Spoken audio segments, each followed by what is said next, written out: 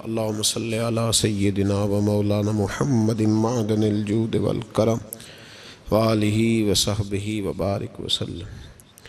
حمد و صلات کے بعد قرآن پاک میں اللہ کریم نے فرمایا ہے قل اعوذ برب الناس، فرمایا ہے اے محبوب آپ کہہ دیجئے کہ میں پناہ مانگتا ہوں انسانوں کے رب کی۔ مالک الناس وہ انسانوں کا بادشاہ ہے، الہ الناس اور جو انسانوں کا معبود ہے۔ من شر الوسواس الخناس، میں اس کے شر سے پناہ مانگتا ہوں جو دل میں وسوسہ ڈالتا ہے اور پھر چھپ جاتا ہے۔ اس کی پناہ مانگتا ہوں جو وسوسہ ڈالتا ہے اور پھر انداز دیکھیے قرآن پاک کا، وسوسہ ڈالتا ہے خود غائب ہو جاتا ہے، چھپ جاتا ہے۔ الذی یوسوس فی صدور الناس، اور وہ جو لوگوں کے دلوں میں وسوسے ڈالتا ہے۔ وسوسہ آنکھ میں نہیں ڈالتا، وسوسہ کان میں نہیں ڈالتا۔ الذی یوسوس فی صدور الناس، سینے کے اندر جو دل ہے نا اس دل میں وسوسے ڈالتا ہے۔ تو کون ڈالتا ہے؟ فرمایا من الجنۃ والناس، وہ جنوں میں سے بھی ہیں اور انسانوں میں سے ہیں، دونوں میں سے ہیں۔ اس کی پناہ مانگو جو وسوسہ اندوزی کرتا ہے، جو تمہارے ذہن کے دریچوں کو میلا اور کچیلا کرتا ہے، جو تمہارے سینے کو اور تمہاری روح کو بدمزہ کرتا ہے، اس سے پناہ مانگو۔ وسوسوں کا دور ہے، وسوسوں کے دور میں عمل تو دور رہ گیا، لوگوں کا عقیدہ بچنا مشکل ہو گیا۔ وسوسہ ہی وسوسہ ہے، ہر بات پہ وسوسہ، ہر ایک کے بارے میں بری سوچ، ہر شخص کے بارے میں نظریات کے اندر کمزوری، شکوک و شبہات کا زمانہ۔ فرمایا پناہ مانگو، اللہ سے پناہ مانگو ان وسوسوں سے، اس کی پناہ چاہو۔ میرے دوستو، شکوک و شبہات اتنے زیادہ ہوتے چلے جا رہے ہیں، آدمی شک سے باہر نکلے گا تو عبادت کرے گا، شک سے باہر نکلے گا تو در مصطفیٰ علیہ السلام کی غلامی کرے گا، وہ شک سے باہر نکلے گا تو کسی اللہ کے ولی سے اس کی نسبت مضبوط ہوگی۔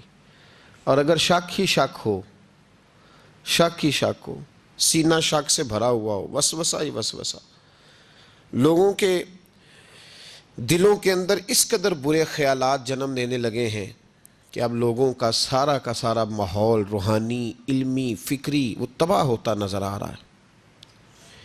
اہل اللہ کو شک نہیں گزرتا تھا۔ لوگ کہتے ہیں کہ اللہ کے ولی کے پاس سب سے بڑی طاقت کیا ہوتی ہے؟ کچھ لوگ کہتے ہیں جو کہتا ہے وہ ہو جاتا ہے، یہ بڑی طاقت ہے۔ کچھ لوگ کہتے ہیں کہ اللہ تبارک و تعالیٰ کا ولی دنیا سے کٹا ہوتا ہے، یہ اس کی بڑی طاقت ہے۔ میں آپ کو درجنوں صوفیاء کی اور سینکڑوں اولیاء اللہ کے اقوال کا اگر ایک جملے میں نچوڑ عرض کروں تو اللہ کا ولی وہ ہوتا ہے جو وسوسوں سے دور ہو کے یقین کامل کی دولت پا چکا ہوتا ہے، وسوسوں سے بچ جاتا ہے، اس کا یقین تیقن مضبوط ہوتا ہے۔ یار لوگوں کا کام نہیں وسوسہ اندوزی کرنی، لوگ وسوسہ اندوزی کرتے ہیں وہ کریں گے، لوگ شک پیدا کرتے ہیں وہ کریں گے۔ تو اتنے کانوں کا کچا ہے کہ تو سب کی بات سنتا ہے، ہر ایک کی بات تیرے اندر آ کر کے جنم لیتی ہے اور ہر ایک کی بات تیری روح میں گزر جاتی ہے۔ یہ کیسے ہو گیا؟ اتنا کمزور ہے تو کانوں کا، جو آدمی آئے گا تو اس کی بات سن لے گا تو یقین کر لے گا۔ لوگ کہتے ہیں جی مجھے فلاں نے کہا تھا، اور یہ سارا معاملہ ہم نے ایمان، تیقن، یقین، صحبت کے بارے میں گڑبڑ کر لیا، ورنہ اپنی دنیا کے معاملے میں تو ہم آج بھی بڑے حساس ہیں۔ دنیا کے معاملے میں ہمیں وسوسے کوئی نہیں آتے۔ ایک شخص نے آ کے آپ کے کان میں کہہ دیا کہ تیرا 40 لاکھ کا مکان اچانک 30 لاکھ کا ہو گیا، تو مان لیتے ہو؟ تو اس نے تو وسوسہ ڈالا ہے، آپ نے مانا کیوں نہیں؟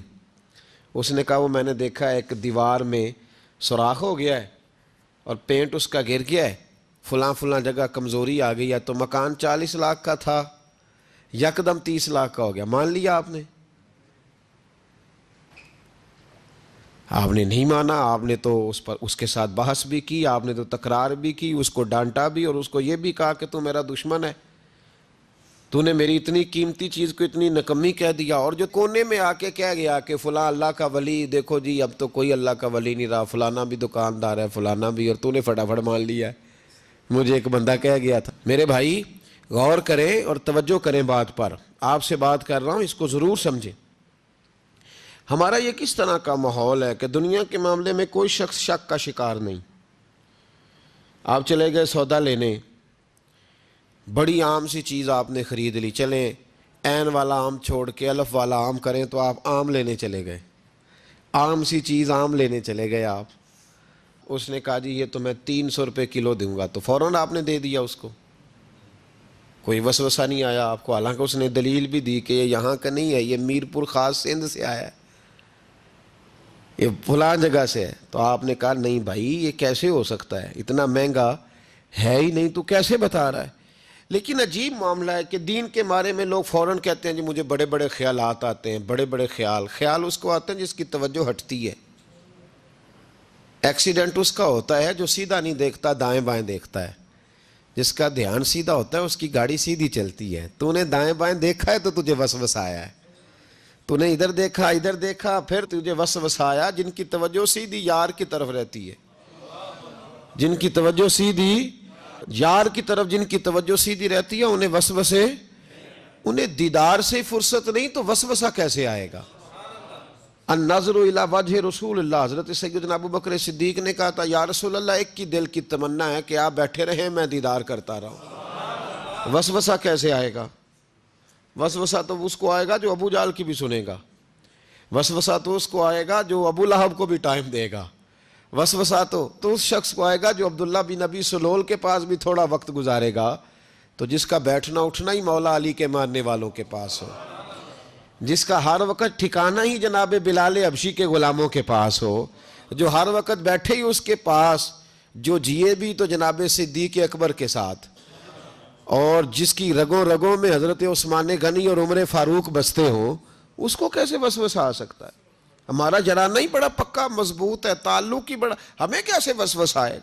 وسوسہ کسی اور کو آیا کرتا ہے. اہل اللہ کے پاس وسوسے کیسے آ گیا بھائی؟ وسوسہ آتا ہی نہیں، ہو ہی نہیں سکتا، ممکن ہی نہیں. اور اگر آتا بھی ہے نا، آتا بھی ہے وسوسہ انہیں، وسوسہ تو ایک طرف رہ گیا، اگر وہاں شیطان بھی آئے تو ٹک نہیں سکتا، تو بھاگ جاتا ہے، وہ تو بھاگ جاتا ہے، شیطان بھاگ جاتا ہے. حضرت سیدنا غوث اعظم رضی اللہ تعالیٰ عنہ کے پاس آیا تھا شیطان، حضور غوث پاک کے پاس آیا تھا. آتا ہے پر اللہ والوں کے پاس ٹکتا نہیں، آ جاتا ہے ٹکتا نہیں. حضور غوث اعظم رضی اللہ تعالیٰ عنہ نے 40 سال اللہ کی عبادت کی، 40 سال. یہاں بھی لوگ بڑے پریشان ہو جاتے ہیں، کیسے جی کیسے کر لی؟ تو میں نے کہا قرآن پڑھو، والذین یبیتون لربہم سجدا وقیاما، وہ راتیں گزار دیتے ہیں اپنے رب کے لیے سجدہ کرتے اور قیام کرتے. تو یہ قرآن کی نص نے جب بیان کر دیا، تجھے کیسے شک ہو گیا؟ وہ قرآن کی نص بیان کر رہی ہے کہ اللہ کے کچھ بندے راتیں سجدے اور قیام میں گزار دیتے. حضور غوث اعظم نے 40 سال عشاء کے وضو سے فجر کی نماز ادا فرمائی. تو ایک دن آسمان پہ نا ایک چھوٹا سا بادل کا ٹکڑا آیا، معاذ اللہ ثم معاذ اللہ. وہ کہنے لگا عبد القادر میں تیرا رب ہوں. اس کے اندر سے آواز آئی میں تیرا رب ہوں، تو نے بڑی عبادت کر لی، اب تو بے شک پڑھ بے شک نہ پڑھ. کئی ملنگوں کو معاف نہیں ہو گئی معاذ اللہ کہ بے شک پڑھ بے شک نہ پڑھ، عام اجازت ہے. تو حضور غوث اعظم رضی اللہ تعالیٰ عنہ فرمانے لگے اعوذ باللہ من الشیطان الرجیم. جب آپ نے یہ پڑھا تو وہ سامنے آ کے کھڑا ہو گیا، کہنے لگا عبد القادر آپ کو کیسے پتہ چلا کہ میں شیطان ہوں؟ تو آپ فرمانے لگے پاگل، مجھے کیسے پتہ نہ چلتا؟ جس رب نے اپنے پیارے حبیب علیہ السلام کو نماز معاف نہیں کی، اس نے عبد القادر کو کیسے معاف کر دی؟ جب حضور کے لیے یہ حکم نہیں آیا کہ محبوب چاہے پڑھو چاہے نہ پڑھو، وہاں تو حکم آیا کہ محبوب تہجد بھی پڑھو، وَمِنَ اللَّيْلِ فَتَہَجَّدْ بِهِ نَافِلَةً لَكَ، نفع دے گی آپ کو، تہجد بھی پڑھے. تو ان کے لیے جب یہ حکم نہیں تو میرے لیے کیسے آ گیا؟ اب شیطان تھا نا، تو اس نے پھر ایک اور چال چلی. یہ باز نہیں آتا، ہم باز آ جاتے ہیں کئی دفعہ، اس کے پیچھے پیچھے چلنے لگ جاتے ہیں، لڑ کے تھک جاتے ہیں. وہ نہیں تھکتا، وہ نئی سے نئی چال، نئی سے نئی چال. اس کا نیا سے نیا روپ، من الجنت والناس، جنوں میں سے بھی اور اس کے نئے سے نئے روپ ہوتے ہیں۔ اس نے ایک نیا روپ دھار لیا، کہنے لگا عبد القادر 300 ولی میں نے اسی طرح گمراہ کیے، آپ چونکہ عالم تھے تو آپ کے علم نے آپ کو بچا لیا۔ تو غوث اعظم فرمانے لگے نئے روپ سے آئے ہو؟ کہنے لگا 300 میں نے گمراہ کیے، یہ تو آپ عالم تھے تو بچ گئے، آپ جانتے تھے تو بچ گئے، میں نے 300 گمراہ کیے۔ تو حضور غوث اعظم فرمانے لگے پھر گمراہ کرنے لگے ہو نیا روپ دھار کے؟ مجھے میرے علم نے نہیں بچایا، مجھے اللہ کے فضل نے بچایا ہے۔ کئی عالم بھی تو گمراہ ہو جاتے ہیں نا، مجھے میرے علم نے نہیں بچایا، مجھے میرے اللہ کے فضل نے بچایا ہے۔ میرے بھائی، میرے عزیز طریقت کے مسافروں، یاد رکھو، سمجھ لو اس بات کو کہ وسوسہ آتا ہے۔ وسوسہ، دو قسم کے مہمان آتے ہیں، دو قسم کے مہمان۔ ایک مہمان وہ آتا ہے جو آتا ہے تو بندہ توجہ نہیں کرتا، وہ خود کہتا ہے اس نے نہیں میری طرف توجہ کی، وہ مہمان چلا جاتا ہے، پتہ نا آپ کو۔ اور جس کو بندہ اٹھ کے سینے سے لگائے اور اس کے ساتھ گفتگو شروع کر دے، وہ مہمان جاتا ہے؟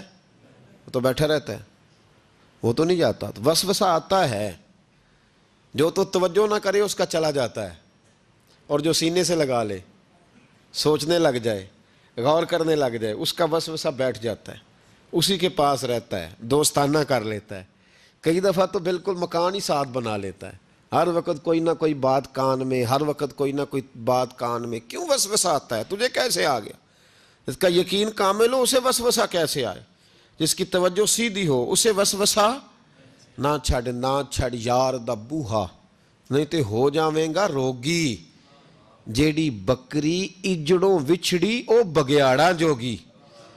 یہ تو بھئی تو اگر اندر رہتا، صحبت کے اندر رہتا، چھتری کے نیچے رہتا، تو پھر وسوسہ تجھے کیسے وسوسہ کس طرح تیرے پاس آیا؟ وسوسہ اس کے پاس آتا ہے جو وسوسے کی جانب توجہ کرتا ہے۔ بہت زیادہ لوگوں کو بدگمانی ہونے لگی ہے، بہت زیادہ وسوسے آنے لگے ہیں، بہت زیادہ خیال ہونے لگا ہے، بہت زیادہ توجہ ہونے لگی ہے، بڑی لوگوں کا معیار اس طرف جائیں، ہر چوتھا آدمی آ کے کہتا ہے برے خیالات آتے ہیں۔ کیوں بھائی برے خیالات آتے ہیں؟ کیسے آ گئے؟ ہمارا تو دل ہی ایک ہے، اور دل میں یار بھی ایک ہے، دوسرے کے لیے جگہ ہی کوئی نہیں، تو وسوسہ کیسے آئے گا؟ ہم تو اس کے دیدار سے ہی آج تک فارغ نہیں ہوئے، تو غیر کی طرف دیکھ کیسے لیا؟ یہ کیسے ہو گیا؟ ممکن کیسے ہوا؟ اپنے آپ کو سمیٹیں، ان وسوسوں سے اپنے آپ کو بچائیں، ان پر قطعی طور پر کوئی توجہ نہ دیں، اور اگر کبھی آ بھی جائے تو میں نے کہا کہ اس کو سینے سے لگانے کی ضرورت، اس کو جھٹک دیں، بات ختم ہو گئی۔ آ جاتا ہے وسوسہ، بڑوں کو آ جاتا ہے، وسوسے آیا کرتے ہیں، آیا ضرور کرتے ہیں، لیکن جو لوگ قابل ہوتے ہیں، جن کا ایمان مضبوط ہوتا ہے، جن کا تیقن مضبوط ہوتا ہے، ان لوگوں کے پاس وسوسے ہمیشہ رہتے نہیں۔ ایک اہم بات اصلاح کی جو سمجھنی بڑی ضروری ہے، آپ کے لیے بڑی ضروری ہے۔ آپ نے یہ غور کرنا ہے کہ وسوسہ آتا کہاں سے ہے۔ کوئی نہیں سمجھ آئی آپ کو میری بات کی؟ نہیں آئی ہوتی تو آپ بڑی دور پہنچ چکے ہوتے۔ سردی بڑی زیادہ تھی کمرے میں، تو کہیں سے ہوا آ رہی تھی ٹھنڈی، تو اب ٹھنڈ بڑی لگ رہی تھی، تو بندے نے فوراً اٹھ کے بھلا کیا کرنا ہوتا ہے؟ نہیں وہ پتہ نہیں کتوں آ رہی باری دی، تو ابھی گل ہی ہے نا جی۔ اگر تو کھڑکی سے آ رہی ہے تو کس کو بند کریں گے، اور اگر دروازے سے آ رہی ہے تو جی، اور اگر چھوٹے بچے نے پنکھا چلا دیا تو جی، چل پنکھا رہا ہے، بندہ سارا دن دروازہ بند کرتا رہے؟ سمجھنا ہے آپ نے بات کو، آپ نے اس دروازے کو بند کرنا ہے جہاں سے وسوسہ آتا ہے۔ اگر آپ کا قریبی سجن ہے نا، قریبی دوست ہے، قریبی، اخنس بن شریح کہتا ہے میں دین کے قریب آ گیا تھا، یہ دین کے قریب آ گئے تھے۔ کس طرح آئے؟ جن دنوں انہوں نے نبی پاک صلی اللہ تعالیٰ علیہ وآلہ وسلم کو شیب ابی طالب میں قید کیا ہوا تھا نا، تو اللہ کے محبوب علیہ السلام رات کو پہاڑ پر بیٹھ کر قرآن پاک کی تلاوت فرماتے تھے۔ کوئی اچھا قاری قرآن پڑھے تو دل کرتا ہے سننے کو، دل کرتا ہے یار تھوڑا سا نا اور پڑھ۔ ہاں جی، کوئی اذان پڑھ رہا تھا تو شاعر گزر رہا تھا، تو شاعر کا دل مچلنے لگا، کہنے لگا اور ذرا ٹھہر جا مؤذن، میرا دل دہل رہا ہے، اتنی جلدی ختم نہ کر یار، مجھے لطف آ رہا ہے، تھوڑے قصیدے اور پڑھ۔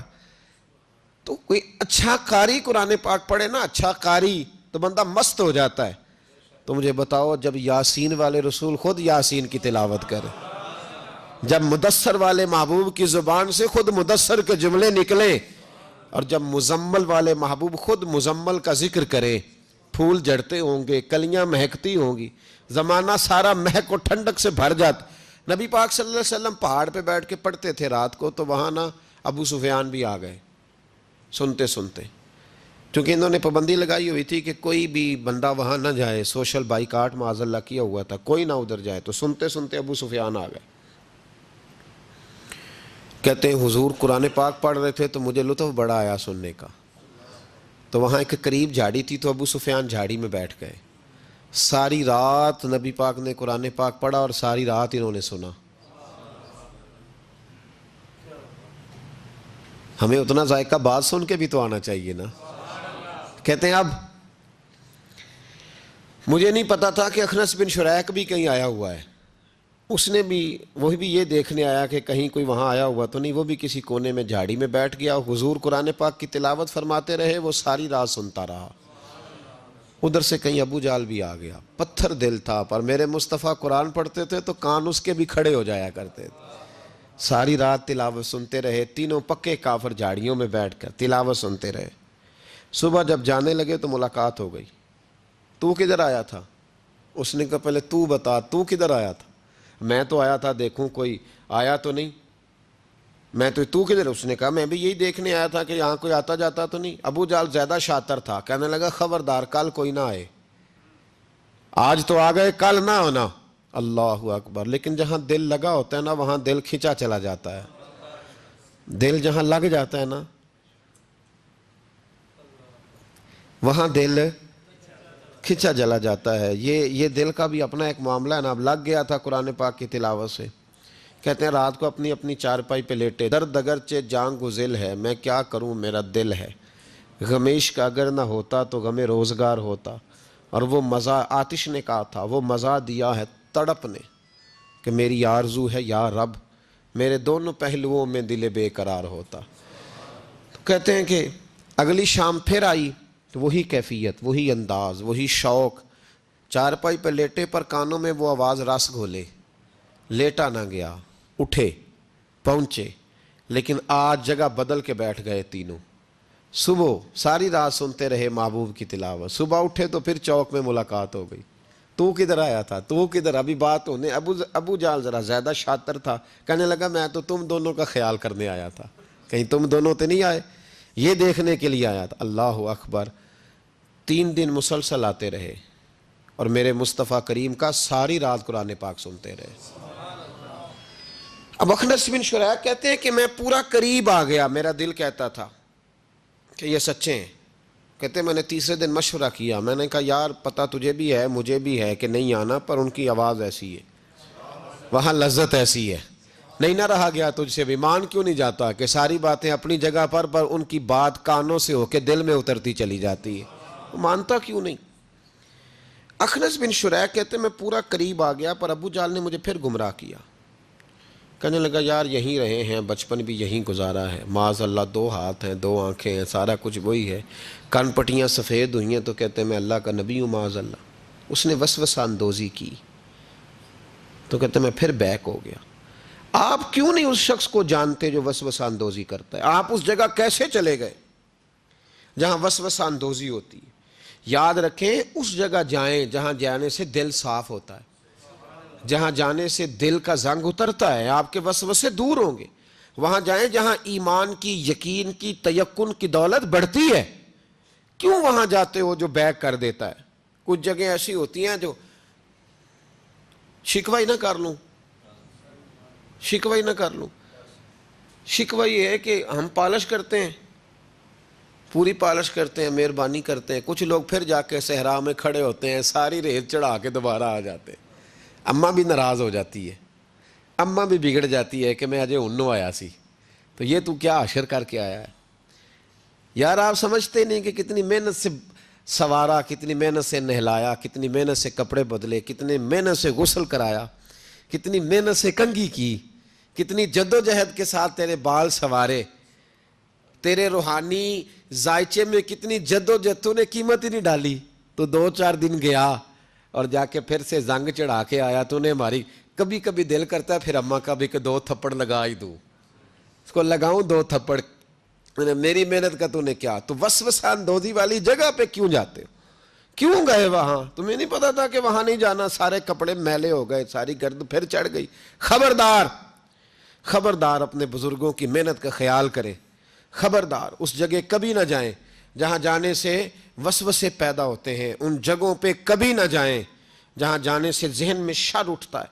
اس جگہ پہ کبھی نہ جائیں جہاں اعلیٰ حضرت فاضل بریلوی، میرے اعلیٰ حضرت رحمت اللہ، زندگی میں کسی کا قصیدہ نہیں لکھا، لیکن بدانیوں کے اس عالم کے قصیدے ہمیشہ لکھے جو انہیں ان کے مرشد کی بارگاہ تک لے کے گئے تھے. اس عالم کے بھی قصیدے لکھے، کہتے تھے میں تیرا بھی شکر گزار ہوں یار، تو نے میرے اوپر مہربانی فرمائی، میں تیرا بھی شکر گزار ہوں. من لم یشکر الناس ولم یشکر اللہ، میں تیرا بھی شکر گزار. اس آدمی کے قصیدے لکھے، مہربانی فرمائیں. وسوسوں والی جگہ سے ہٹ جائیں، اس جگہ سے ہٹ جائیں جو وسوسے پیدا کرتی ہے. جم جائیں اس جگہ پہ جہاں سے وسوسے دور ہوتے ہیں، یقین کی دولت ملتی ہے.